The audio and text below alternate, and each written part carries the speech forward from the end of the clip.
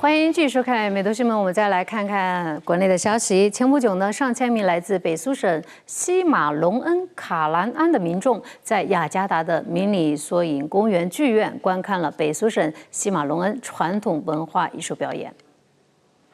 面临日趋现代化的社会，传统文化艺术表演越显珍贵。雅加达迷你缩影公园的剧院最近就上演了一场北苏省西马隆恩的文化艺术表演，其中包括舞蹈、音乐和歌剧等，受到了观众的热烈欢迎，特别是来自西马隆恩的民众。